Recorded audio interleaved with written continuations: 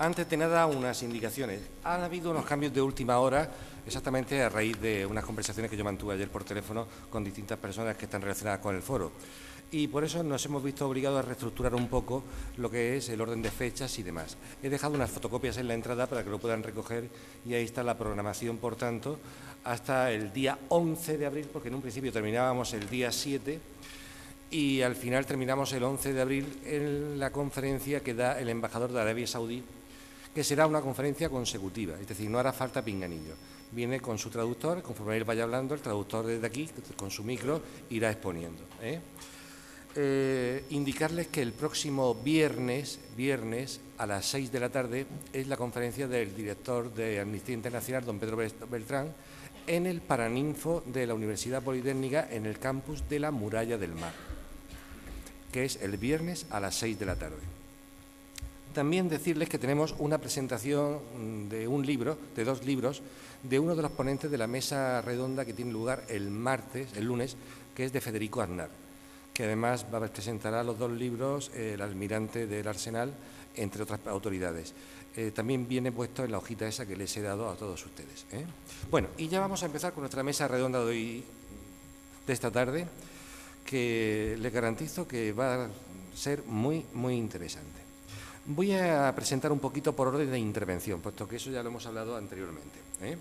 Entonces, a mi derecha del todo tengo a don Luis de Vega, que es corresponsal de ABC en Marruecos y que las últimas semanas se las ha pasado en Libia, de Bengasi a Trípoli y luego retirada de Trípoli a Bengasi. Trípoli no hemos llegado. Bueno, nos hemos acercado. Ha cubierto el conflicto también palestino-israelí, la guerra de Irak y en los últimos años ha seguido desde África el movimiento de los emigrantes clandestinos. Hoy me comentaba en el almuerzo que lo único que no le han dejado hacer es subirse en una patera, que su empresa a veces no lo ha dejado, ¿no? Pero él se ha quedado con ganas y algún día lo hará. Ha sido también galardonado en 2006 con el Premio de Periodismo y Derechos Humanos del Consejo General de Abogacía Española. Ha sido el decano de los corresponsales extranjeros en Marruecos hasta octubre o noviembre, en que el régimen tuvo la bondad de quitarle las credenciales y, por tanto, ya no pudo estar allí. Y bueno, nos va a contar sobre todo el tema de Libia. Él se va a centrar fundamentalmente en el tema de Libia y nos va a proponer además una serie de fotografías que ha hecho y que son totalmente novedosas. Después va a intervenir, que ya lo conocemos de la semana pasada, Vicente Montagut, que es jefe de Información Internacional del Canal 9. Como reportero ha cubierto los conflictos de Kosovo, Afganistán, Irak, Israel, Palestina, Líbano. Otros acontecimientos también, como la caída de Hosni Mubarak. Él estuvo en la famosa plaza del Cairo. Y así es también premio Ortega y Gasset del 2003 a la mejor labor informativa por el seguimiento que hizo de la guerra de Irak. Y para él se va a centrar fundamentalmente en el tema de Egipto. Y luego tengo a mi derecha pues a don Emilio Sánchez Rojas, coronel del Ejército de Tierra, jefe del Departamento de Estrategia y Relaciones Internacionales. Hasta 2009 fue agregado de defensa en la Embajada de España en Egipto. Anteriormente estuvo en Líbano. Ha estado trabajando un poquito en temas de servicios de inteligencia. Es decir, lo mucho que hay de inteligente allí es porque lo dejó él. Y él nos va a hablar también desde el punto de vista militar, pero sobre todo de Egipto y las consecuencias un poco de todo lo que está pasando con las revueltas árabes.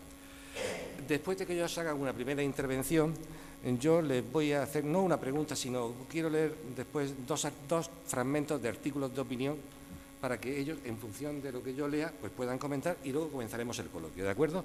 Pero como muy tarde, a las 9 hemos terminado. Bueno, don Luis de la Vega tiene la palabra. Esto vaya... vale.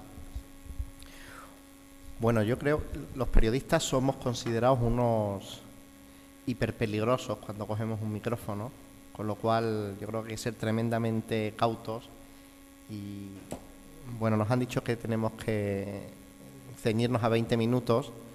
Yo voy a intentar que sean menos de 20 minutos, sobre todo porque no se trate solo de soltar nuestro rollo particular, sino de que sean ustedes los que traten luego de orientar esta mesa redonda, ¿no?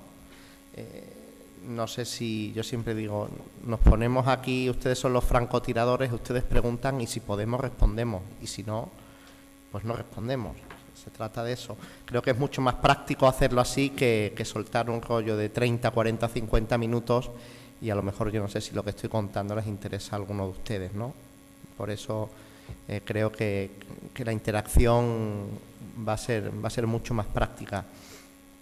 Como bien ha dicho Juanjo, yo soy reportero del diario ABC desde hace 17 años, pero los últimos 8 me los he pasado viviendo en el Magreb, hasta que el pasado mes de noviembre las autoridades por así decirlo, me desacreditaron, ¿no? Ha coincidido todo esto con el comienzo de una serie de revueltas que, aunque desde esta orilla de Europa las veamos lejanas, pero tenemos que tenerlas muy en cuenta porque están tremendamente cerca de nosotros, ¿no? Las incógnitas que se están abriendo ahora mismo en el norte de África y en general en el mundo árabe van a hacer que en los próximos meses, incluso años, pues vayan a ganarse muchos minutos de telediario y muchas páginas de periódico, aún sin saber cuánto tiempo estarán los periódicos en papel imprimiéndose, ¿no? Pero lo que estamos llamando las revueltas del mundo árabe creo que son unos sucesos sorprendentes. ¿Quién nos iba a decir que las pasadas Navidades, que en pocos días... ¿Me alejo? ¿Sí? ¿Quién nos iba a decir las pasadas Navidades que Ben Ali iba a estar fuera de Túnez y que Mubarak iba a estar fuera del Cairo en muy pocos días, ¿no? Era impensable. O sea, estábamos...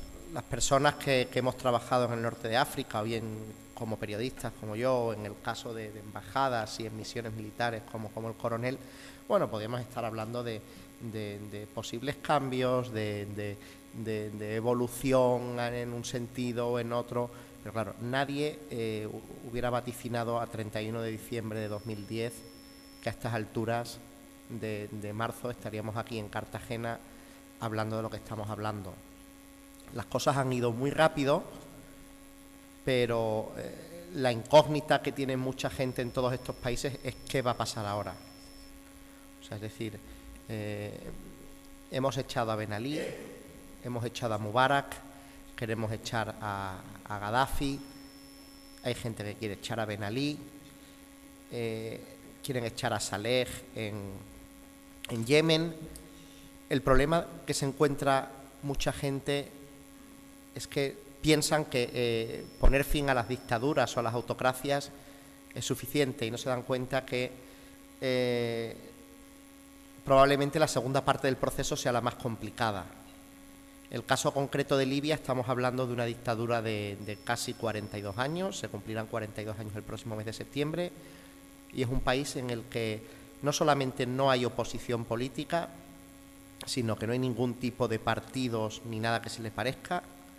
No hay sociedad civil, no se celebran foros de este tipo aunque hay universidades, no hay prensa independiente, no está permitido el derecho de crítica y si en las próximas semanas o los próximos meses vemos que se echa a Gaddafi del poder, lo que queda bajo los pies de los libios va a ser un terreno altamente minado. Bueno, pues porque los cimientos de un país nuevo hay que hacerlos desde abajo.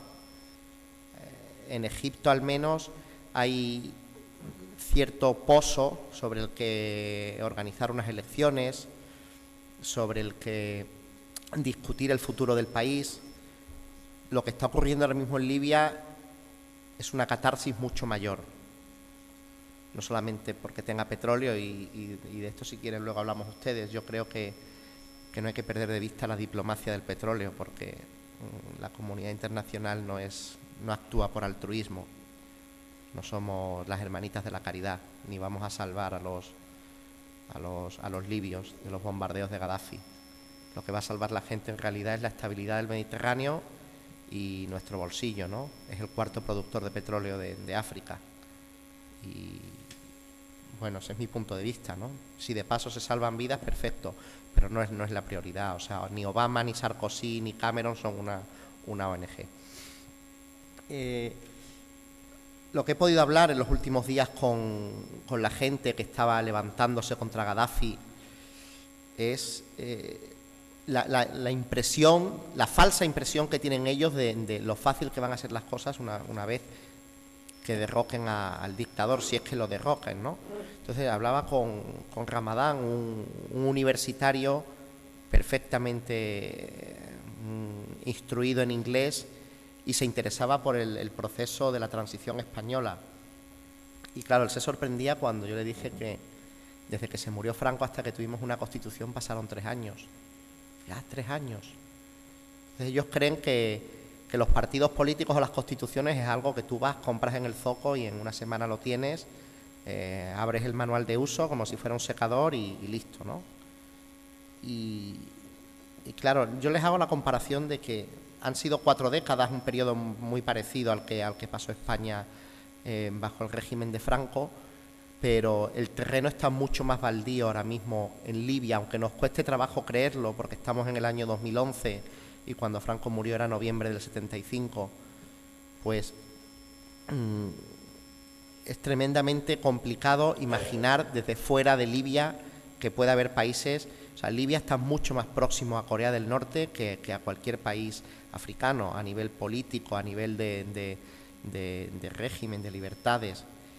Y claro, hay gente que se ha formado en la universidad y que son de las que se han levantado ahora mismo contra Gaddafi, que dicen, es verdad, vamos a echar a Gaddafi, pero no tenemos ningún tipo de experiencia en nada. Y es por eso que ellos apelan a la ayuda de la comunidad internacional. Pero al mismo tiempo recelan de la ayuda de la comunidad internacional porque en ciertos sentidos ellos creen que no va a ser tal ayuda. Y se encuentran en una especie de pescadilla que se muerde la cola. Es decir, con nuestros Kalashnikov y nuestra falta de preparación no podemos hacer frente al ejército de Gaddafi, necesitamos a la comunidad internacional que nos ayude, pero al mismo tiempo no podemos permitir que esa comunidad internacional y esos ejércitos extranjeros se planten en nuestro país y conviertan a Libia en un nuevo Irak o en un nuevo Afganistán. Ese es el problema que se presentan. Y yo, sin ser libio y sin conocer mucho Libia, entiendo que sería muy fácil en un momento de crisis plantar a las tropas con helicópteros en Bengasi. Sería muy complicado hacerlas salir después, en una zona en la que se va a mover mucho dinero próximamente, se van a repartir jugosos contratos del petróleo y está situada, no nos olvidemos, en medio de 2 países que también han sufrido cambios importantes en las últimas semanas, es decir, al este Egipto y al oeste Túnez. Los rebeldes con los que yo he estado avanzando en las últimas semanas, tengo claro que no van a derrocar militarmente a Gaddafi. Si lo están haciendo estos días es gracias a la zona de exclusión aérea forzada por los aliados y a los bombardeos de los aviones internacionales. Pero sí es verdad que si Gaddafi logra la victoria militar, algo habrá pasado en el régimen. Yo lo comparo, es una especie de metástasis del cáncer. Es decir, el régimen no va a poder ser lo que ha sido en estos 42 años.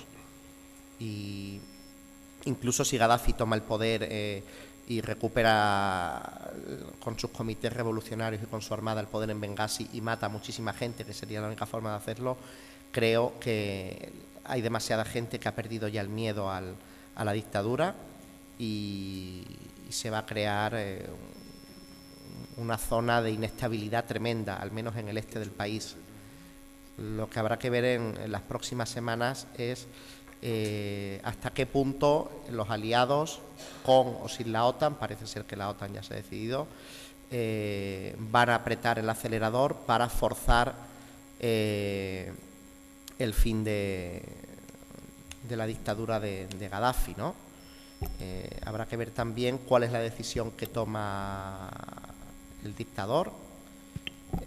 Yo creo que es mucho más imprevisible lo que puede hacer Gaddafi que lo que hizo en su día Ben Ali o Mubarak, y bueno, no son pocos los que piensan que puede morir matando, independientemente de que tenga motivos para ser acogido en muchos países, incluso africanos, con todo el dinero que ha amasado en estas 4 décadas, ¿no? Desde el punto de vista periodístico, ha habido una clave esencial para que se pueda cubrir el conflicto, lo que está pasando ahora mismo en Libia, lo que estamos viendo en los medios de comunicación, en la radio, en la prensa, en los periódicos, y es que desde muy pronto los rebeldes se hicieran con el control de la frontera este del país. El paso que lleva de Libia a Egipto al este de Tobruk. Es por ahí por donde hemos podido entrar todos los periodistas que estamos cubriendo el conflicto en el lado rebelde. Es decir, los que estamos cubriendo la guerra con los rebeldes no vemos a los que están cubriendo el conflicto desde Trípoli invitados por el régimen de Gaddafi, no nos vemos. Es decir, nos separa la línea del frente y solo aquellos compañeros que se han distraído o que han sido capturados por las fuerzas de Gaddafi han sido trasladados a Trípoli, ¿no? Gaddafi piensa que nosotros hemos entrado de manera ilegal en el país. En Libia, insisto, es un país tremendamente cerrado. Yo de 8 años que he vivido en el Magreb solo había estado 6 horas en Trípoli, y para conseguir estar esas 6 horas acompañando al ministro Moratinos, aquello fue un auténtico calvario, vamos. O sea, y de las 6 horas estuve 4 esperando en un hotel, y luego ni siquiera nos dejaron acercarnos a la Jaima donde recibió Gaddafi al ministro de Exteriores español, ¿no? La forma de tratar a los medios de comunicación de Gaddafi sigue siendo la misma. Ni siquiera los compañeros que están ahora mismo trabajando en Trípoli tienen ningún tipo de libertad de movimientos. Desde el Hotel Rixos, donde están concentrados, a ellos les dicen a dónde pueden ir y dónde pueden ir, cómo pueden ir, con quién pueden hablar, qué pueden fotografiar y qué no pueden fotografiar. De hecho, las fotografías que están pasando las principales agencias de comunicación, como son France Press, Reuters o Associated Press, en el pie de texto que acompaña la imagen suelen advertir: esta imagen ha sido tomada en un tour realizado por las autoridades libias, en las que hemos sido trasladados a ver lo que ellos quieren que veamos. El grado de libertad, también vinculado a la inexperiencia en el lado este, en el lado de los rebeldes, ha sido mucho mayor. De tal forma que yo es la primera guerra que cubro en la que tú puedes ir a donde te dé la gana. Y donde te dé la gana significa que allá donde tú tengas medios para llegar y encuentres un chofer que sea valiente, tú te plantas debajo de las bombas y ningún rebelde te lo va a impedir. He estado en Irak o en Palestina y he visto, por ejemplo, especialmente cómo el ejército israelí declara zona militar cerrada, por ejemplo, Jenin o Hebrón, cuando va a atacar, y allí es complicado muchas veces enterarse de lo que está pasando. Los periodistas hemos tenido absoluta libertad para acompañar prácticamente todos los días a los rebeldes a primera línea del frente, con todos los peligros que eso conlleva, pero con toda la libertad que eso conlleva también. Solamente hace 15, 20 días aproximadamente empezaron a poner algunos problemas cuando empezó a recuperar terreno el ejército de Gaddafi, y ellos argumentaban que Trípoli se estaba enterando de los movimientos de las tropas rebeldes por los trabajos de los periodistas. Bueno, desde su punto de vista podía ser algo comprensible, y durante 3 o 4 días estuvieron poniendo algunos problemas a los reporteros internacionales para llegar al frente. Pero por lo demás, bueno, ahora yo les voy a poner a ustedes algunas imágenes y van a ver un poco cómo el pueblo empieza a levantarse, empiezan las protestas, como en otros países empiezan los disparos y las manifestaciones, y lo que empezó siendo una revuelta, como en la Plaza Tahrir o en la avenida Habib Bourguiba de Túnez, acabó convertido en una guerra civil. Esa es la diferencia esencial de lo que está pasando ahora mismo en Libia. El conflicto se ha agravado y se ha alargado, y no sabemos cuándo va a terminar. ¿Sabes? Ha tenido ya unas dimensiones internacionales, se están celebrando conferencias, la ONU, la OTAN, y es, bueno, creo que vamos a tener que estar atentos en los próximos días. ¿Qué ha ocurrido en Libia que no haya ocurrido, por ejemplo, en Argelia? Bueno, en Argelia, donde pude estar una semana justo antes de entrar en Libia, se ve al pueblo mucho más cansado después de una guerra civil que causó la muerte a 250.000 personas en los años 90. La gente está bastante hastiada, no tiene fuerzas para echarse a la calle con la misma fuerza con la que se han echado los rebeldes contra Gaddafi, y en otros países, por ejemplo, como en Marruecos, la revolución no triunfa porque desde el principio ha fallado el planteamiento. Es decir, los manifestantes que se han echado a la calle en Marruecos en las últimas semanas en ningún momento han querido derrocar al rey. Es decir, ellos han querido que les dejen salir a la calle.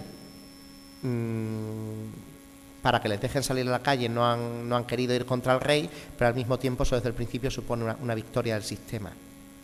El rey ha anunciado una serie de cambios que yo personalmente considero que es un burdo maquillaje de lo que está pasando en Marruecos, pero sin embargo la monarquía no va a dejar de seguir controlando todos los poderes, es decir, el ejecutivo, el legislativo, el judicial, y además el rey es la principal potencia económica y la principal potencia religiosa del país. Eso no va a cambiar de ninguna manera a pesar de los cambios anunciados por Mohamed VI. Entonces, bueno, en Egipto y en Túnez claramente los objetivos eran tumbar a Ben Ali, tumbar a Mubarak. En Libia hay que tumbar a Gaddafi. En Marruecos no triunfa desde el momento en que lo que quiere el pueblo es que Mohamed VI libere sus poderes, pero en ningún caso le han pedido que abandone el poder o que deje de ser el rey, ¿no? Estamos viendo que hay una serie de movimientos similares, el efecto dominó funciona, Siria, en parte Jordania, en menor medida Mauritania, también Yemen, pero hay que atender, por eso digo, a las particularidades de cada país que los hace distintos, y ahora veremos con Emilio y con Vicens esto más claramente. Si queréis podemos apagar las luces para poner las fotos. Yo voy a pasar las fotos sin música ni nada, y os hacéis una idea de lo que he estado haciendo en las últimas semanas. Es el trabajo que yo, además de escribir las crónicas para el periódico, voy con la cámara de fotos. Son algunas de las imágenes que he hecho pues estuve algo más de 3 semanas dentro de Libia. No sé si... ¿No se puede apagar? ¿No? Bueno. Sí.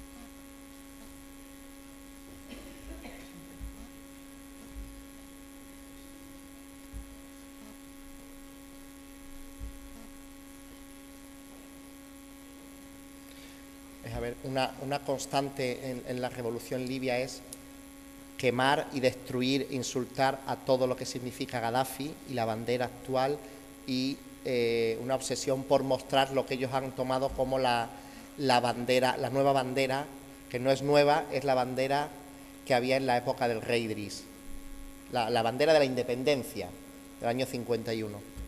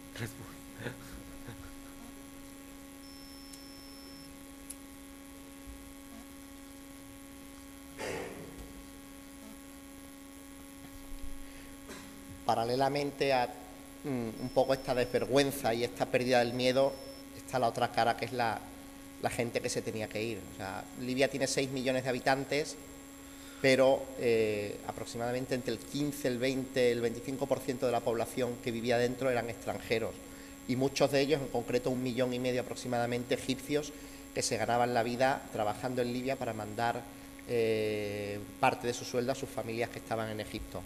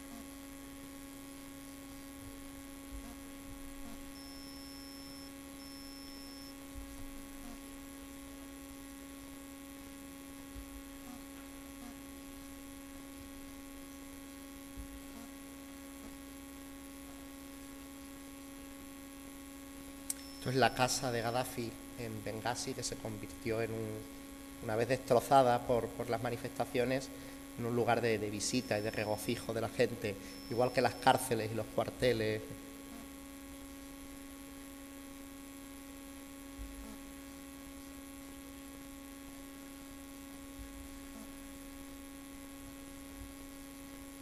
Esto era una de las mazmorras donde solían encarcelar y torturar a los presos políticos.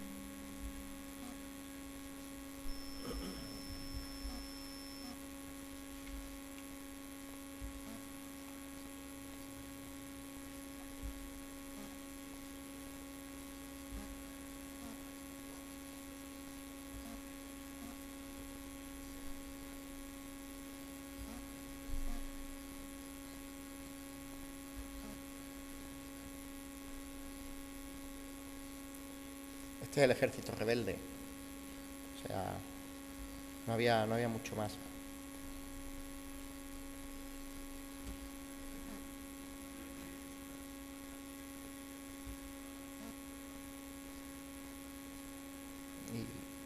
Y contra los aviones tenían muy poco que hacer.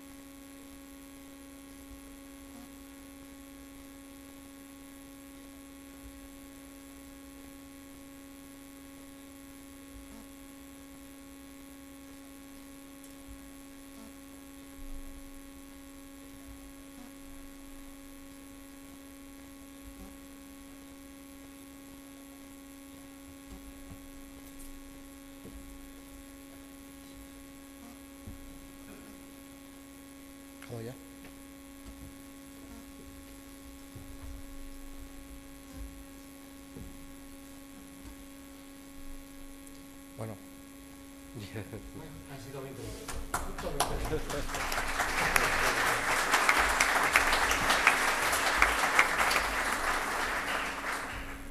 Bueno, muy interesante. Ahora entraremos luego en lo que ya podéis preguntar. Pasamos inmediatamente a Vicente Montagut. Buenas tardes a todos. Estoy muy de acuerdo con bueno, en primer lugar felicitar a Luis por el gran trabajo que ha hecho en Libia. Estoy además muy de acuerdo con el planteamiento que ha hecho con respecto a la evolución de estas revueltas en los países árabes. Yo me voy a limitar a aportar algunos datos concretos, primero sobre Egipto, después sobre otros países, datos, fechas, nombres y algunas imágenes también que yo creo que son necesarios para entender un poco qué es lo que está pasando. Comenzaré con una situación concreta. Comentaba el otro día en la mesa redonda que estuvimos aquí con Taysir Aloni y vamos, de otros compañeros, que nos ocurrió en Egipto.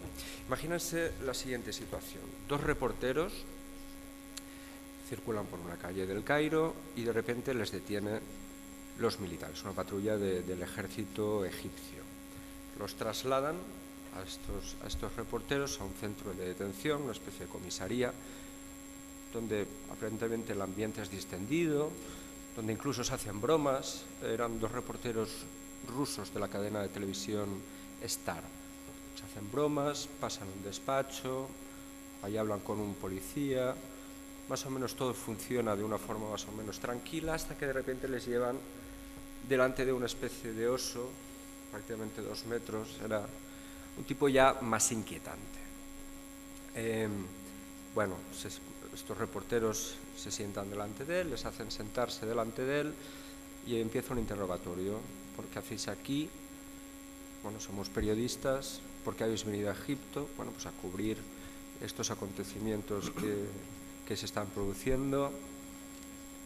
Y de repente, en un momento dado, dice: no, vosotros sois espías de Israel.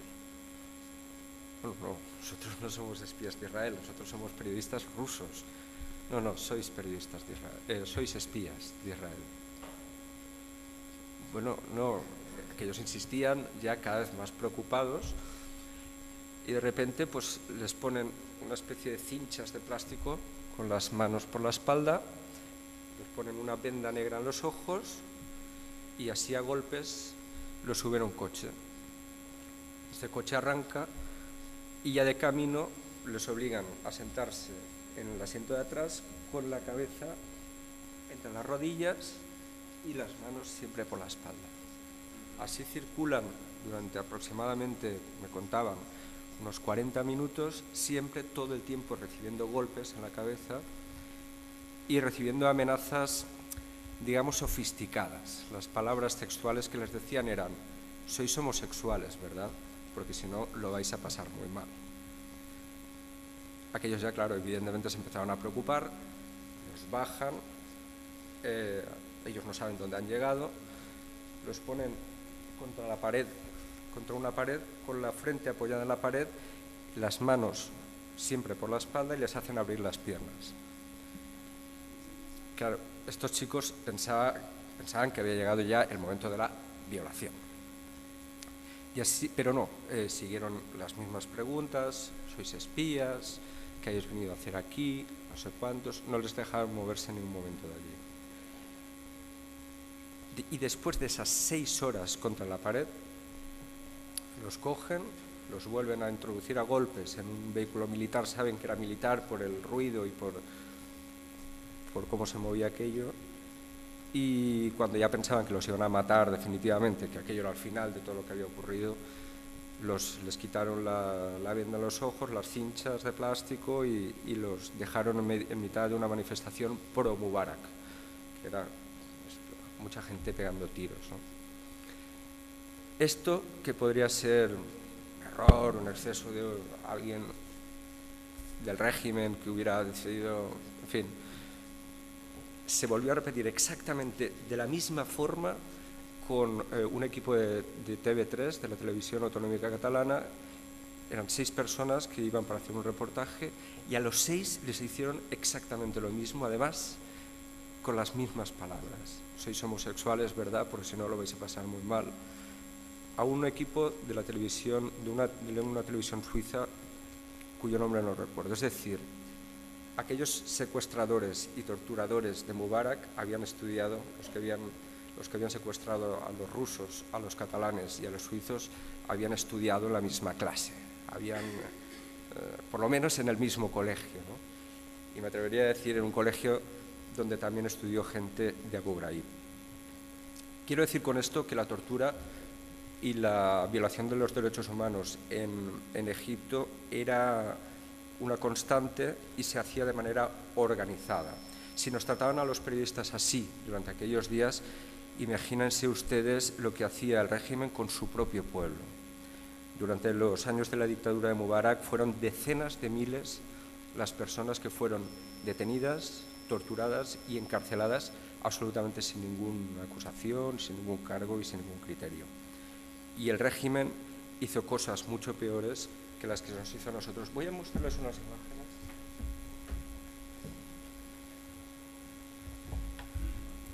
Probablemente ya las hayan visto, porque son de la Plaza del Tahrir, pero las he rescatado, simplemente es una de las noticias que hicimos en el Cairo durante los días previos a la caída de Mubarak, y ahora tiene cierto sentido volverlas a ver. Yo las volví a ver el otro día, porque ahora se entiende mejor lo que pasaba allí. En aquel momento nosotros no teníamos mucha idea de lo que estaba ocurriendo.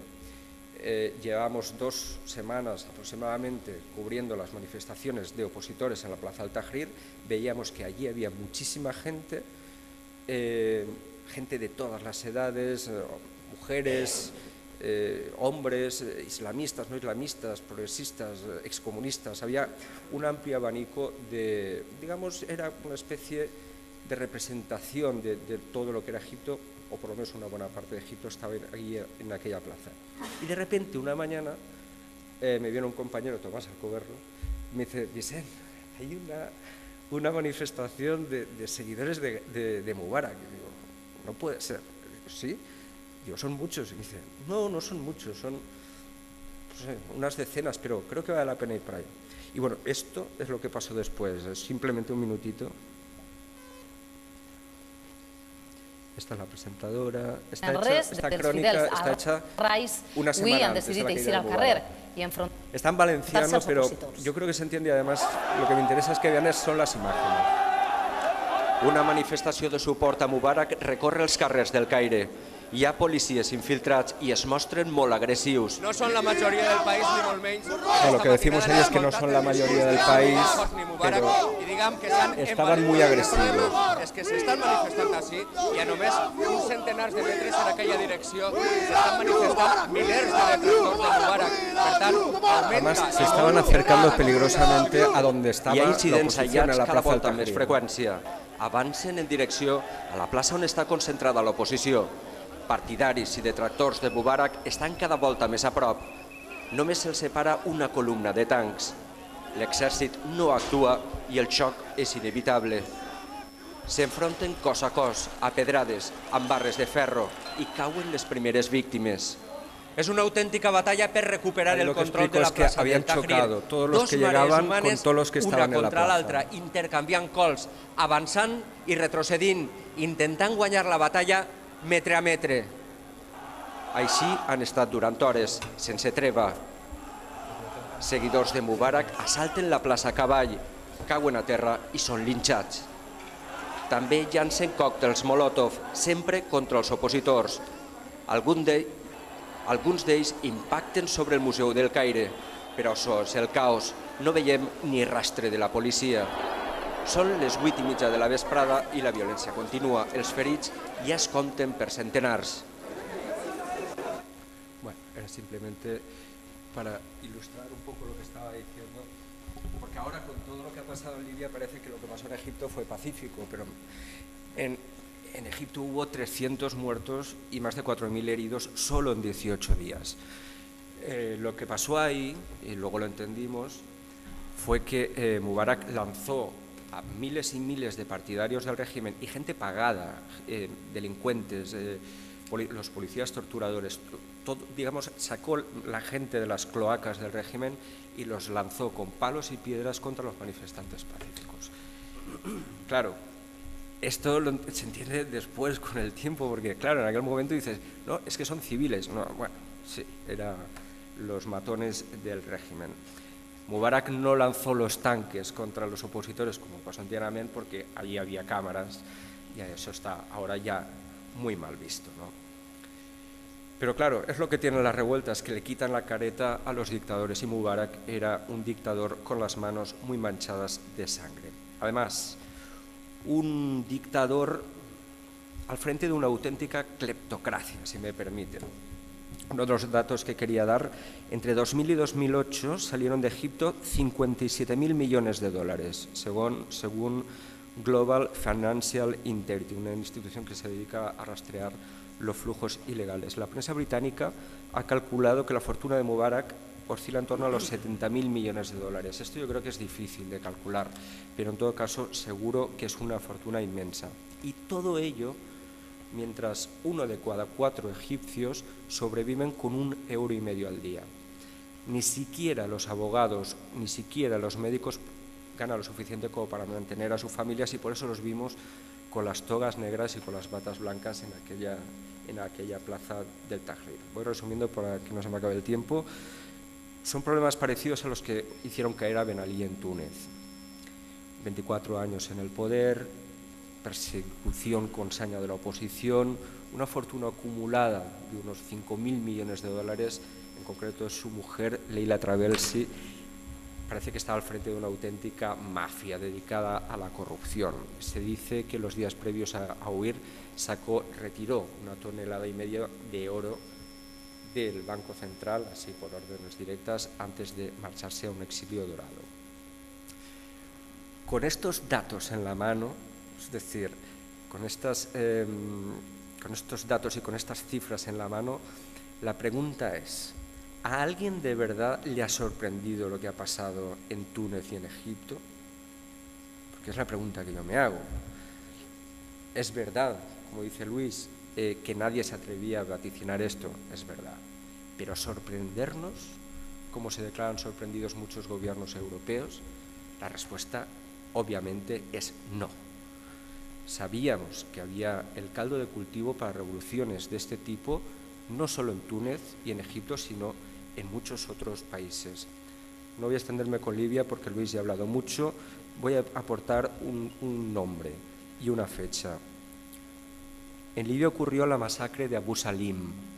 El 4 de octubre de 1996 fueron ejecutados 1.270 prisioneros en el patio de una cárcel a lo largo de una noche entera. Uno a uno los ejecutaron e hicieron desaparecer los cuerpos. La fortuna de Gaddafi se calcula en torno a los depósitos del Libyan Investment Authority, es decir, los fondos que gestiona Gaddafi, oscilan en torno a los 150.000 millones de dólares que controla personalmente él y su familia. Se calcula que acumula una reserva de 143 toneladas de oro, es decir, es una de las 25 grandes fortunas del mundo y tiene oro suficiente como para pagar mercenarios, un pequeño ejército de mercenarios durante meses y puede incluso que durante años. Siria. En Siria el gobierno está controlado por una minoría religiosa del país que solo representa entre el 10 y el 12% de la población. Bashar el-Assad heredó el gobierno de su padre, que dirigió el país con puño de hierro durante 3 décadas. Es responsable de una masacre, la masacre de Hama, en la que murieron entre 10.000 y 40.000 personas, en una ciudad que fue asediada durante aproximadamente un mes. Y situaciones parecidas se han dado en Yemen, en Bahrein, efectivamente en Argelia están curados de espanto porque tienen menos apetito de revoluciones después de esos 250.000 muertos hace 4 días.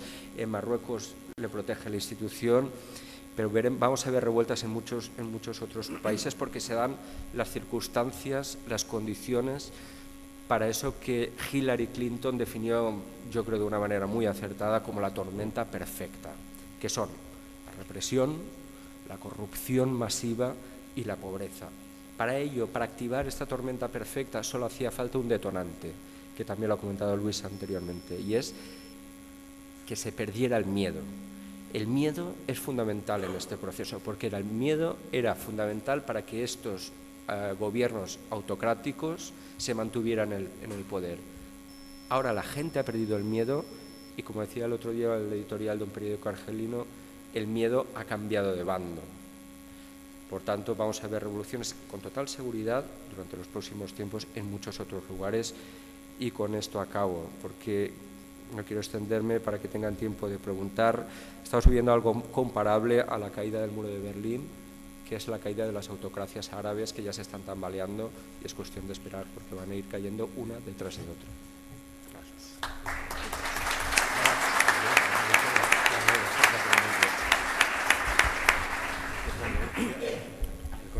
Bueno, buenas tardes a todos. Muchísimas gracias, José Luis, por tu invitación a venir a esta maravillosa ciudad. Estuve aquí hace tiempo, cuando era un joven capitán y mandaba una batería de misiles, y además entré por el mar. Me quería detener entonces almirante Liberal Guzzini cuando me vio llegando, porque pensaba que, como en estos países, venía a dar un golpe de Estado. No era cierto, venía a hacer un ejercicio desde Algeciras. Y a diferencia que hay entre la Cartagena de hoy con la Cartagena que yo conocí entonces, es asombrosa. Como asombrosa es, y a diferencia que yo veía o creía ver entre las noticias que observaba en la prensa española, en la prensa internacional en general, en casi toda la prensa internacional, y lo que yo había vivido allí. Era como poco, yo podría calificar de surrealista, como mucho de ligeramente cómico. Antes de empezar a hablar, me gustaría agradecer su presencia aquí y agradecer la presencia de algunos uniformes de la Academia General de Aire, que tuve honor, por cierto, en Egipto, de recibir a uno de sus grupos. Y continúo. ¿Es esto nuevo? No, no es nuevo. ¿Nos ha sorprendido? Sorprendido estoy yo de que se hayan sorprendido la prensa española de que esto haya ocurrido. Estaba cantado. En el 2009 escribí un artículo, hice una ponencia para la Fundación Ortega y Gasset sobre terrorismo en Egipto, que empezaba con una cita que decía: ¿qué tendencia prevalecerá entre los 1.400 millones de musulmanes que habitan el mundo? ¿Confrontación violenta o coexistencia pacífica? Aquellos cuyo trabajo es forcejear, el nuestro lo es, con estas preguntas, estrategas, periodistas, teólogos, siempre mantienen una atenta mirada a Egipto. Egipto es el pivote, es el centro de gravedad, es donde está, es el país más poblado de Arabia y es el país de más influencia. Excuso decir que es intelectualmente, con muchísima diferencia, el centro de gravedad también. Bueno, pues este es un párrafo que saqué de El Economist y naturalmente es de 2011, no, es de 2009, que es cuando yo di esa conferencia. Es decir, ¿cómo terminaba yo esa conferencia? Existe un caldo de cultivo tanto para el islamismo como para otro tipo de movimiento. Y la situación estaba de hecho. ¿Qué es lo que faltaba? Esa mecha que enciende el polvorín de la pólvora. Hablando con mi entonces embajador, hoy una persona importante, por cierto, murciano de Lorca, comentábamos eso, decía, en cualquier momento, es más, me llamó, bueno, le llamé yo, pero en fin, estábamos dos por hablar, es decir, por fin ha llegado este momento. Cierto es que estábamos esperando con alegría, porque tuve ocasión de conocer a una gran parte de la oposición durante los 3 años que estuve allí. Pero, ¿qué es lo que se veía en el 2009? ¿Qué veía Economist en el 2009 en Egipto? Pues lo mismo que vi yo cuando me venía en el 2008, un caldo de cultivo. ¿Qué digo que había? Una posible transmisión patrimonial que se extiende por todos estos países. Esta es una de las claves que nadie ha dicho todavía. Toda una generación de revolucionarios que derrocaron, primero, a las antiguas colonias, segundo, a las monarquías, se han perpetuado ellos mismos o sus sucesores y han intentado extender hacia sus hijos ese poder. Bueno, allí están. ¿Qué más hay allí? Pues hay un caldo de cultivo islamista, de lo cual tenemos que hablar, porque yo estoy seguro que todos ustedes están mirando aquello y dicen, ¿y ahora qué? ¿No irán a venir aquí los hermanos musulmanes? Ojalá sean solamente los hermanos musulmanes, porque sí, vienen los hermanos musulmanes, pero con compañía. Luego a lo mejor les pongo una fotografía de alguno de los que vienen. No todos son malos, naturalmente, no hay que preocuparse, hay alguno bueno, uno de cada millón. Esto es una broma, naturalmente, no pretendo asustarles. Entonces, lo que sí es cierto es que yo estoy seguro que ustedes, como yo, se han hecho multitud de preguntas. Y voy a poner algunas de las que ustedes con seguridad se han hecho. Bueno, ¿cuáles son las causas de la revolución que se extiende por este mundo árabe? Todo el mundo se ha preguntado, ¿hay una conspiración detrás? ¿Está aquí Big Brother detrás o no está Big Brother detrás? ¿Cuál ha sido el detonante? Porque en el caso de Egipto, pongo Egipto porque se puede extender. Y lo que pasa en Egipto pasa en el resto del mundo árabe. O sea, es el centro de gravedad. Arabia Saudita es el centro de gravedad económico, lo demás no. ¿Por qué el día 25 de enero? ¿Alguien se ha preguntado si el día 25 de enero es porque, como había habido en Túnez? Oiga, no. El día 25 de enero es cuando se celebra el día de los mártires de la policía. Luego hay una lógica absoluta en coger esa fecha. Y en esa fecha se inicia esa especie de lo que ya se ha llamado revolución cibernética. Otros le han llamado revuelta, otros algarada y otro pues una especie de cosa de esta que tienen los jóvenes por aquí. Fue algo más que eso. Fue una especie de revolución, pero va a ser interesante ver quién hizo esa revolución. ¿Le hicieron esos chicos jóvenes como Guaid, que lloraba en las pantallas tiernamente porque él no era culpable en una situación que se movía entre lo ridículo y lo patético? ¿Por qué se retira la policía el día 28? ¿Y por qué entra el ejército? ¿Cuál ha sido el papel del ejército? Sepan ustedes que ejército y policía en Egipto no se llevan. El ejército se ha utilizado varias veces para disolver y detener a la policía. ¿Quiénes han participado en estas revueltas? ¿Qué han sido? Los chicos de Facebook, con una incidencia de un 5%, una de las más bajas del mundo. ¿Una revolución popular o una revolución burguesa? Hay preguntas, van saliendo preguntas que son interesantes. ¿Ha sido una revolución laica o ha sido una revolución religiosa? ¿Representa Tajarir, la famosa plaza de Tajarir, el símbolo? Por cierto, yo vivía a unos 700 metros de Tajarir, la veía todos los días, y les aseguro que casi era un placer verla con tanta gente, porque siempre está llena de coches, ¿no? Es un desastre. ¿Representa Tajarir a El Cairo? Incluso más fuerte, representa el centro de gravedad de la revolución de Egipto. ¿Fue una revuelta o fue una revolución? Podría haber una quinta oleada. Cuando hablo de la quinta oleada, estoy hablando de la auténtica revolución, la revolución de los que no comen, de los que se han quedado sin turismo. No hay turismo, no entra dinero, no hay inmigración, 1,5 millones de egipcios que trabajaban en Libia ya no ingresan dinero. Se ha reducido el paso de canal, otra de las fuentes. ¿Quién va a pagar la factura del grano, de trigo? Es el tercer importador mundial de cereales, tercero. Bueno, hay una serie de preguntas. Y vamos a empezar, o intentaré darle respuesta a alguna de ellas, que seguramente voy a dejar con más dudas que respuestas. Primero, ¿cuáles son las causas de la revolución que se extiende por todo el mundo? La realidad es que la pregunta no debería ser esa. La auténtica pregunta es ¿por qué ha tardado tanto esa revolución? Y estoy de acuerdo. Las condiciones objetivas para que se produjera una revolución después de tanto tiempo estaban allí. Se había agotado el orden postcolonial que se había iniciado por unas vanguardias revolucionarias que derrocan a colonos, derrocan a monarquías, pero que luego se quieren perpetuar en el poder en una sucesión hereditaria y con una especie de culto dinástico. Eso no hay que perderlo de vista, porque es que coge a todo el Oriente. Es decir, ¿por qué en todos? Porque en todos la situación es similar. Hay otra situación objetiva, particularmente en Egipto. En Egipto ha habido el año 2010-2011, ha sido un periodo electoral intenso. Excuso decir, naturalmente, ellos lo pueden confirmar, que la corrupción en las elecciones es extrema, como la incompetencia mucho más extrema de los partidos de la oposición, porque eso no lo ha dicho nadie aquí.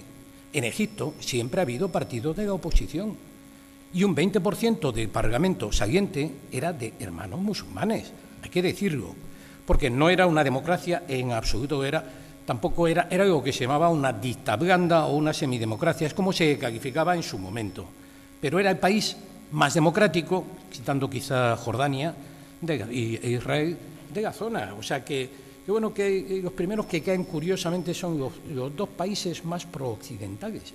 Nos han preguntado ¿por qué?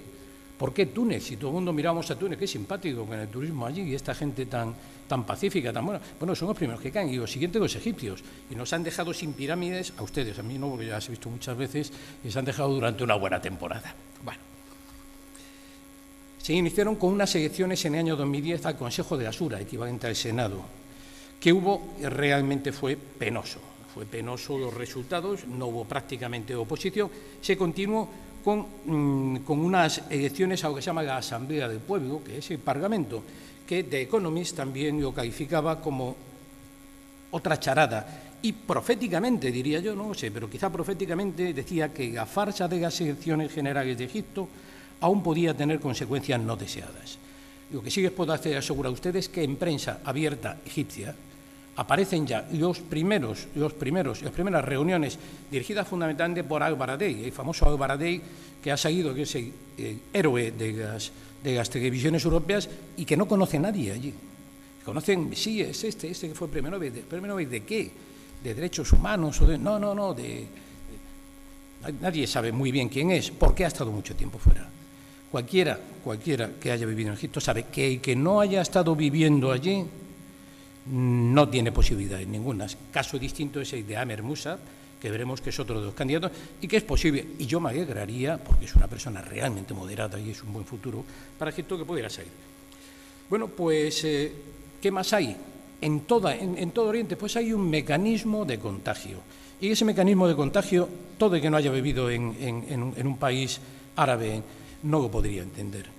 El árabe es una persona de corazón, es una persona sanguínea y es una persona que reacciona. Yo recuerdo, yo viví allí con algunos de los periodistas, algunos de ellos amigos de los que están aquí, los momentos pues cuando siguieron las famosas caricaturas del profeta. Con esas caricaturas del profeta las reacciones fueron brutales, tan brutales en todo el mundo y tan amenazantes como cortas. Realmente son una especie de enorme disparo, pero que no tiene una larga duración. No es el caso de este, no creo yo que sea el caso, afortunadamente. Es un buen momento. No piensen que yo estoy en contra, al contrario, creo que es muy positivo, pero hay que ser realista con la situación que es.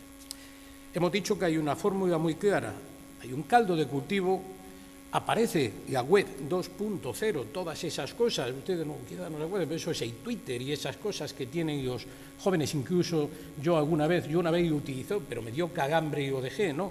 Bueno, pues caldo de cultivo más web 2.0 nos da a revolución virtual, ¿o no? Eso vamos a ver ahora. Y las teorías de la conspiración, señores, señoras, realmente no funcionan. Y lo que no hubo, Estados Unidos no estaba detrás del inicio de todo eso, no había nadie detrás del inicio de todo eso, eso lo podemos asegurar, o sea, eso es. Lo que sí es cierto es que sí hay una diferente capacidad de evaluación y de reacción, mientras Estados Unidos, y muy particularmente Hillary Clinton, tuvo una gran capacidad de evaluación y de reacción y fue capaz de retomar la situación. No fue el caso de Europa, puestos en número de partidos de fútbol de la selección, Estados Unidos 5, Europa 0. O sea, realmente Europa no llegó, no entró. ¿Cuál ha sido el detonante? Todos vimos, a todos nos emocionó. A mí yo no llegué a llorar, pero mi madre que estaba cerca lloraba, ¿no? Porque decía, este niño y tal que han cogido. Y ese niño era un tal Wael Gonin, que es un egipcio americano, casado con una norteamericana, residente en Emiratos Árabes Unidos y responsable comercial para Oriente Medio y Norte de África, es decir, casi una tercera parte del mundo de Google. Es decir, una pequeña empresa como esta. A mí me parece un poco, en principio yo me preguntaba a mí mismo, ¿no es un poco naif para ser cierto? ¿Somos un poco tontos o esto es una cosa así como muy...? Y lo cierto es que sí es cierto que él creó la página. Y sí es cierto que, y eso se lo puedo asegurar, que fue instrumental, y luego vamos a ver por qué a la hora de llamar esa conocida como ciberrevolución, y hago así porque lo pongo entre comillas, lo de revolución, ya hemos visto que prácticamente no utilizamos ese término, pero fue utilizado. Y entonces yo he buscado a algunos expertos egipcios de fuera, pero yo he buscado a Hagez Said. Hagez Said es un antiguo miembro de un grupo terrorista que se ha convertido, se arrepintió, se convirtió en periodista y ha escrito algunos libros. Es uno de los grandes periodistas árabes en el Reino Unido. Entonces recordaba que efectivamente en memoria de Hagez Said se hace esta web. Y casi inmediatamente llegan a 500.000 las personas que se inscriben, que se meten en esta web. ¿Es esto nuevo? Tampoco es nuevo. En el año 2004, que Falla ya había, que es uno de los grupos opositores, ya había hecho algo parecido, desastroso. Ni siquiera era la primera vez que este señor que Waget Gonin había intentado hacerlo, era la cuarta vez. Las anteriores un fracaso absoluto. ¿Por qué el 2005, el 25 de enero aparece? Bueno, luego vamos a dar respuesta a esto, pero vamos a dejar este interrogante. ¿Por qué ese día sí y el anterior no? ¿Por qué este año sí? ¿Por qué el anterior no? ¿Por qué estos sí y los otros no? Es decir, no se encuentra esa lógica todavía. La siguiente pregunta es ¿por qué el día 28 se retira la policía? Todos dicen, hemos vencido. ¿Cómo que han vencido? La policía se fue la policía. Bueno, imagínense que aquí en una de estas manifestaciones, por cierto, si aquí tuviéramos, no sé yo si aquí tuviéramos una manifestación de 500.000 personas o de 1 millón de personas, el gobierno y el Estado pediría la baja. Las hemos tenido y no. Bueno, tampoco hay que poner 1 millón, teniendo en cuenta que solamente en el Cairo son 20 millones los habitantes. 20. Bueno, seguimos para adelante. ¿Por qué se va la policía? Deja paso al ejército. Porque, y esto parece famoso Viernes de la Ira, viernes 28 de enero de la Revolución, los egipcios les gustan las revoluciones con fechas, entonces este Viernes de la Ira, 28 de enero, se retira la policía y se decide desplegar las Fuerzas Armadas. ¿Quién lo decide? Lo decide Mubarak. Todo el mundo piensa y dice, claro, las Fuerzas Armadas que están al servicio de Mubarak. Craso error. Y le voy a sacar del primer error. No. El sistema, siempre todo el mundo, derrocar el sistema Mubarak. Oiga, no, Mubarak era el presidente de la República, pero el sistema estaba mandado por los militares. Es un sistema militar, es un régimen militar que se forma con la Revolución de 1952 y que se inicia con Nasser. El poder estaba en los militares, siempre lo ha estado. Por cierto, sigue estando, y por cierto, tengo ahí una fotografía, luego si hay tiempo la pondré, siguen siendo lo mismo, tío. Es que tengo la fotografía porque yo estoy con ellos, quiero decir que no hay truco, y siguen siendo exactamente lo mismo. No ha cambiado ni uno solo. Bueno, ¿a quién sacrifican? ¿Por qué se va Mubarak? Porque el régimen, es decir, los militares, único poder que ha habido allí, son los que se lo han dicho. ¿Y por qué se lo han dicho? Porque los militares no querían a su hijo, no quieren a Gamal Mubarak. Gamal Mubarak era una amenaza para el sistema militar, en particular para el sistema económico militar. Los militares en Egipto, por mandato constitucional, son una gran potencia económica. Y esa gran potencia económica, pues, voy un poquitín justo de tiempo, pues estaba amenazada. Bueno, ¿quiénes han participado? Esto es muy interesante y tengo aquí una cita de Abdelmonem Said. Abdelmonem Said es el intelectual más importante de Egipto, es el presidente del Instituto de Estudios Estratégicos Al-Aran, es equivalente al Cano de aquí, pero multiplicado por 10 porque tiene mucha más trayectoria.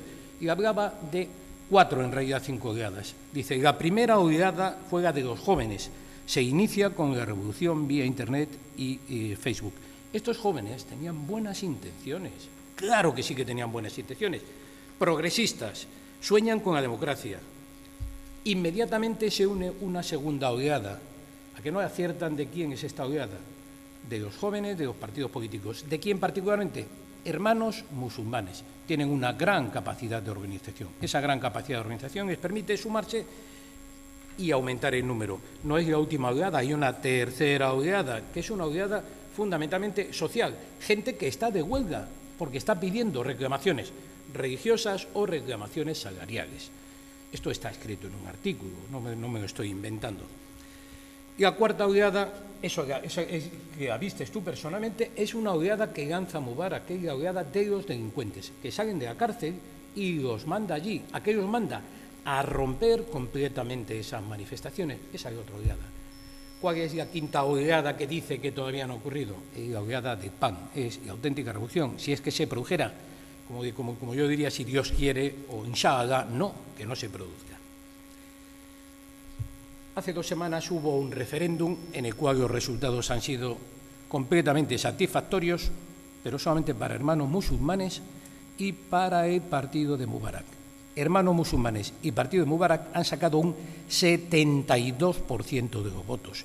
Y todos estos revolucionarios de Tajarir que han estado allí luchando por la democracia, un 20%. Dentro de este grupo, pues podemos incluir a todos los que de momento son candidatos a presidente, todos sean partidarios de no. Salió y sí. ¿Por qué salió y sí? Bueno, pues hay muchas razones, quizá ya estoy un poquitín justo de tiempo. Pero sí voy a decir un poquitín qué es lo que ha pasado. Primero, ha votado un 41%. Un 41% es una votación extremadamente grande en Egipto, pero no hay que olvidar que queda un 51% de mayoría silenciosa, que no se ha pronunciado y que debería de pronunciarse. A lo mejor está allí el secreto. Se ha confundido el mundo en general y en Egipto, estos jóvenes de Facebook han confundido Tajarir con Egipto. Tajarir no es Egipto. El Egipto profundo, el Egipto de las provincias, ha votado, incluso ha llegado a votar el 90% a favor de PND, Partido Nacional Democrático, y Hermanos Musulmanes, bueno, grupos islamistas, que son Hermanos Musulmanes y los más moderados, salafistas, no tienen por qué ser dañinos, y Gama Islamilla, que se ha reconvertido en partido político. Estos son los que han ganado, con un 72%. ¿Qué es lo que estaban buscando? Eso lo hemos estado discutiendo antes y estoy de acuerdo. Este referéndum se ha provocado, se ha sacado mucho antes de que se pueda digerir la situación, con lo cual realmente lo que se estaba escogiendo es entre estabilidad e inestabilidad. Los egipcios han optado por la estabilidad, por el sí de la estabilidad. ¿Quién había propiciado de alguna forma esto? Pues el Consejo Supremo de las Fuerzas Armadas. Presenta dos opciones. Una que se dice, si se vota así, vamos a hacer esto, a continuación esto, a continuación esto, a continuación esto, pero también pueden votar no. Entonces, ¿y si votan no?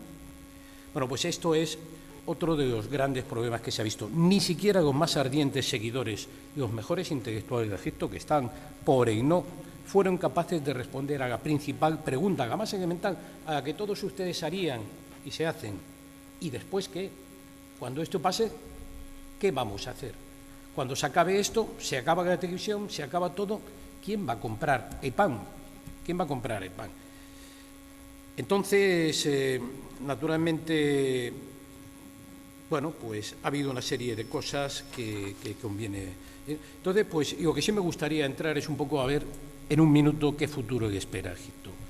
Aquí todo el mundo lo ve un poco negro. Es cierto que Hermanos Musulmanes y los partidos islamistas vamos a tener que tenerlos en cuenta. Allí, y por cierto, en Libia también, porque es el único grupo que tiene representación en todas las zonas. Tiene unas 200.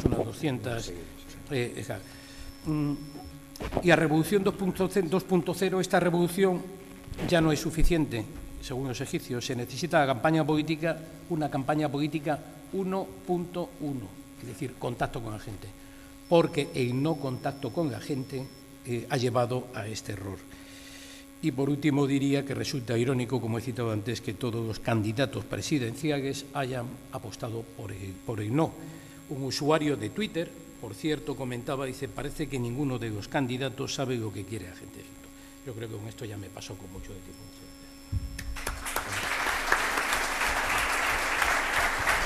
Bueno. Los periodistas han dado su punto de vista y el general ha atacado con toda la artillería. Muchas gracias por hacerme coronel.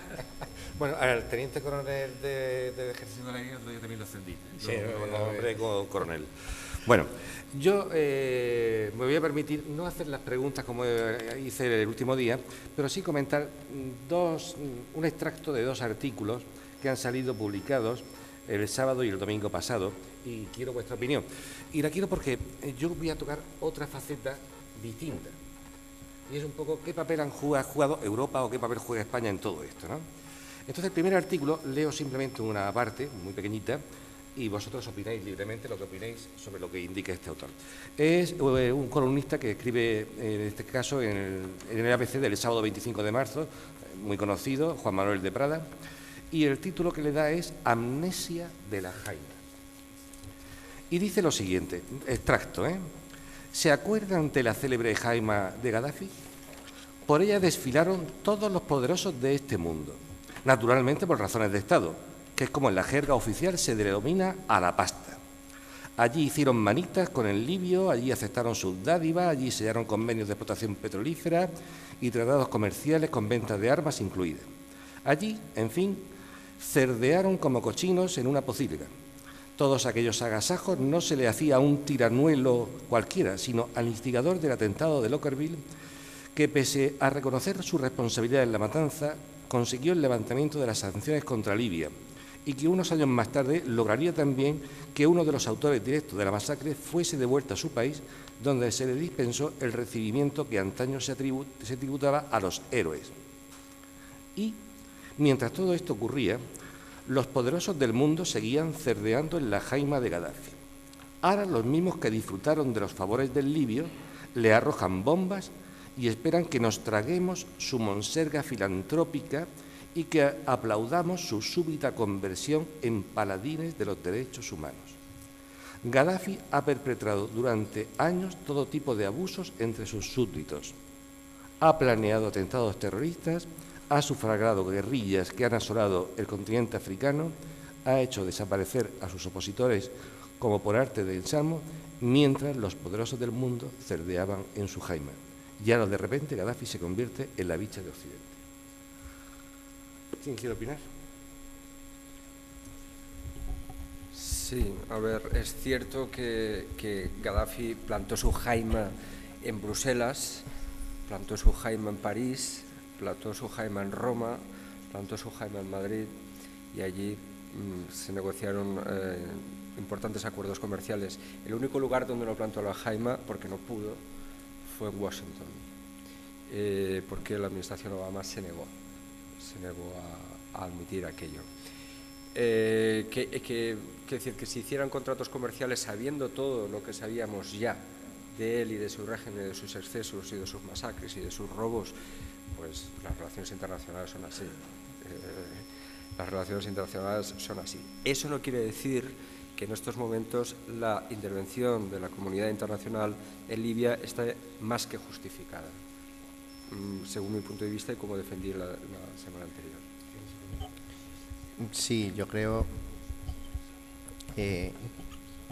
recordando lo que he dicho antes, que no creo en la diplomacia altruista, creo más en la diplomacia del petróleo. Sí es verdad que o ahora o nunca, que es lo que están diciendo los rebeldes, o quizás una simplificación demasiado burda, ¿no? Diciendo rebeldes estamos refiriéndonos quizá a la parte militar del conflicto. He hablado con muchísima gente que no se ha unido a la línea del frente, pero que están en la oposición, le podemos llamar, ¿no? Bueno, aquí hay dos opciones, o dejar que Gadafi aplaste a la oposición o ayudar a la oposición. Quizá la cara de imbéciles que se nos quedaría a la comunidad internacional sería mayor si no ayudamos a la oposición, y a pesar de que haya gente como Juan Manuel de Prada que se haga este tipo de preguntas, ¿no? Pues sí, se ha cerdeado mucho en la jaima de Gadafi, pero cerdearíamos más si no ayudáramos a la oposición ahora mismo a poner fin al régimen. El coronel, ¿qué opinas? Bueno, primero hay que ver el personaje.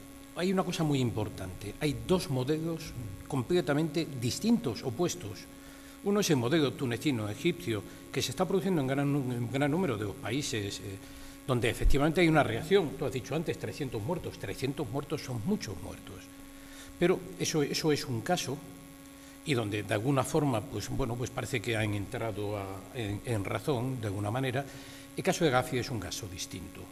Y el caso de Gadafi Gadafi, no nos podemos olvidar lo que ha sido siempre, que ha sido un terrorista. Gadafi ha sido siempre, ha amparado terroristas, ha sido un terrorista.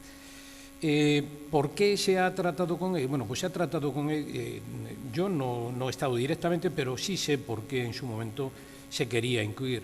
Se ha tratado, Libia estaba completamente aislada y yo he estado en negociaciones donde hemos intentado incorporar a Libia. Considerábamos en su momento, y creo que es lícito, que si incorporábamos a ese mundo, a ese tipo de mundo diplomático, estoy hablando de un grupo que es poco conocido, pero que es muy importante en el Mediterráneo Occidental, se llama 5+5, si incorporábamos a Libia, pues por lo menos entraba allí, como se hizo en su momento, que muy poca gente lo sabe, con Serbia. También se hizo, y Serbia, hoy en día, que fueron unos asesinos, y sin embargo Serbia hoy en día, dentro de poco, va a estar en operaciones de paz, pero no en su terreno, sino como peacekeeper, como o tropas de mantenimiento de la paz, y no hay que descartar que vengan con nosotros. O sea, la gente cambia. Realmente los pueblos no son asesinos, los que son asesinos son los que dirigen. Entonces, en este caso, se intentó reconducir la situación de tal forma que en medio de ese ambiente de intercambio de información más o menos democrático, pues las Fuerzas Armadas, el trabajo es hacia las Fuerzas Armadas, de alguna forma pues tuviera un valor añadido. ¿Eso es negativo o es positivo? Es positivo. Luego, Libia, no cabe duda de que particularmente para Italia tiene, por descontado, tiene gas y tiene petróleo, por descontado. Es ilícito defender los intereses de los españoles. Eso, que quede claro, son nuestros intereses y es una obligación, no es potestativo, es una obligación del gobierno defender nuestros intereses. Si para ello tienen que escuchar o recibir al diablo, pues bueno, ¿qué vamos a hacer? Peores cosas hemos visto y tampoco no hay que rasgarse vestiduras. ¿Quién ha hecho esto dentro de Europa? Todo el mundo. ¿Quién ha hecho esto dentro de pues Estados Unidos? Lo ha hecho y lo va a seguir haciendo China, que lo sigue haciendo incluso ahora, y lo va a seguir haciendo Rusia, y lo va a seguir haciendo India, todos estos BRIC, potencias emergentes, que necesitan ese petróleo. Es decir, cuando están defendiendo nuestros propios intereses y los intereses energéticos españoles son críticos, somos una isla energética, pues tampoco está mal, no tiene tanta importancia. Y aquí se ha citado antes que era el momento y la ocasión de derrocar a Gaddafi. Gaddafi no pertenece a una de las grandes tribus, pertenece a una tribu intermedia. El momento de derrocarlo es ahora, y si se derroca, bien. Y lo que sí yo pongo encima de la mesa, que creo que es importante y que pido, entre comillas, como una carta a los Reyes Magos, a nuestros dirigentes, estoy hablando de dirigentes en general, de la comunidad internacional, es que piensen en el día después. ¿En qué van a hacer al día siguiente, cuando ya no esté Gaddafi? Que lo tengan muy claro, primero, con quién van a negociar, quién van a gobernar, qué va a haber allí. Porque la situación realmente más peligrosa, en mi opinión, en relación con esto, y tiene razón el que lo escribe, es un vacío de poder. Sería tener en el Mediterráneo un Estado fallido, sería calamitoso. Pero por lo demás, tampoco es preocupante. Y ahora, lo último, ya con esto concluyo, abrimos las preguntas al público. En otra columna de opinión de un magnífico periodista, Ignacio Camacho, que fue en su día director de ABC no hace mucho, y que escribe unas columnas tituladas Una raya en el agua y que son magníficas. A Ignacio Camacho lo trajo a esta universidad hace 1 año y medio. El artículo se titula Mr. Tomahawk. Y entonces, después de hacer una comparación un poco entre Irak y lo de Libia, la intervención española, dice simplemente: la sociedad española se ha acostumbrado al pensamiento débil y encaja más los despliegues militares y el argumento intervencionista. Dicho esto, sigue hablando de todo este tema, pero luego dice lo siguiente, que es la posición española, tal como él la ve. El presidente, se refiere a Zapatero lógicamente, no se ha equivocado al apoyar el ataque a Libia, sino al elegir el grado de participación española.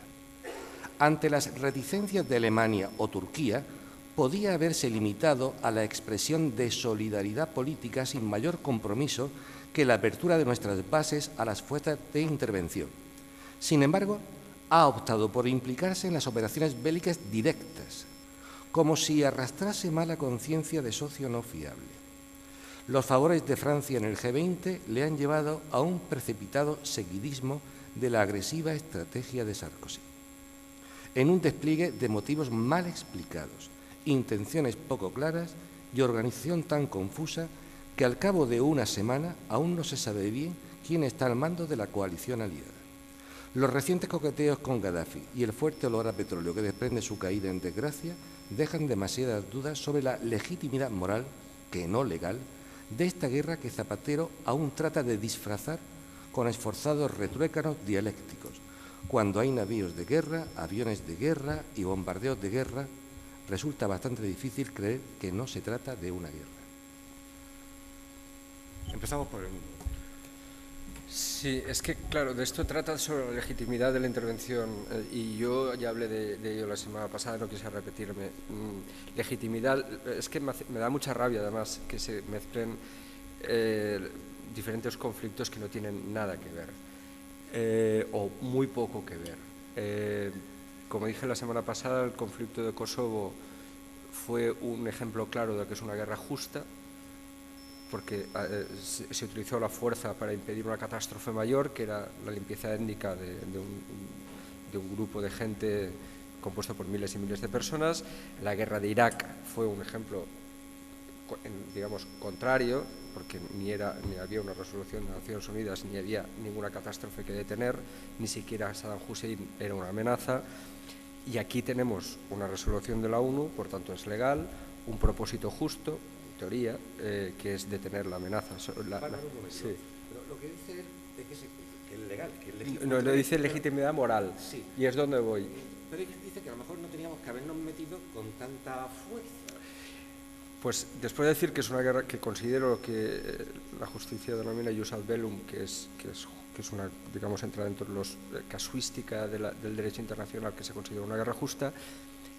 Además, creo que es una guerra legitimada moralmente y además, en línea con lo que dice Luis, allí se van después de que caiga Gaddafi, se van a repartir suculentos contratos petrolíferos y se van a repartir suculentos contratos de reconstrucción del país y de construcción del país. Imaginemos un país que exporta 1,5 millones de barriles diarios. Sí. Es un país con un enorme potencial si no estuviera gobernado por un psicópata. Entonces, si además de atender una guerra justa podemos sacar tajada, como dice el coronel, pues perfecto. Luis.